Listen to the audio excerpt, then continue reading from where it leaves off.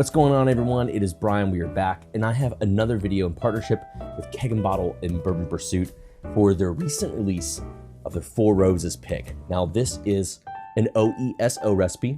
It's aged 11 years, and the specs on the front say 56.4% from warehouse MW, and the barrel number is 25-2O. I'll try to include that information above that shows a little bit about the recipe breakdown, and then down below you can kind of figure out how you dissect the information that's on the front of a Four Roses bottle.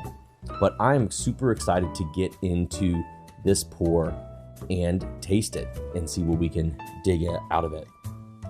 On the nose right away, I kind of wonder, is this Russell's 13?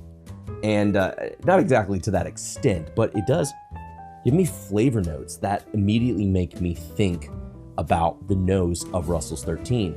There's that glazed donut sweetness I attribute to a lot of Four Roses.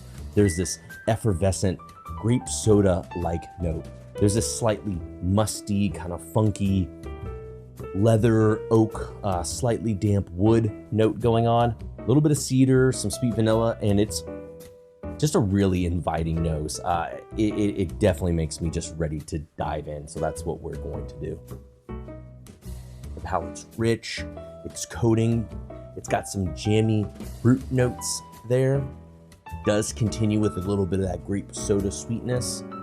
And then again, trails with that kind of musty, funky oakiness. It almost makes me think of some of the recent OBSQs, this kind of herbal, maybe slightly licorice note that's in there that kind of reminds me of some of those bottles, kind of reminds me of that note that kind of pops through a little bit on the 2021 LE, but never overshadowing some of these fruitier notes that are on the palate.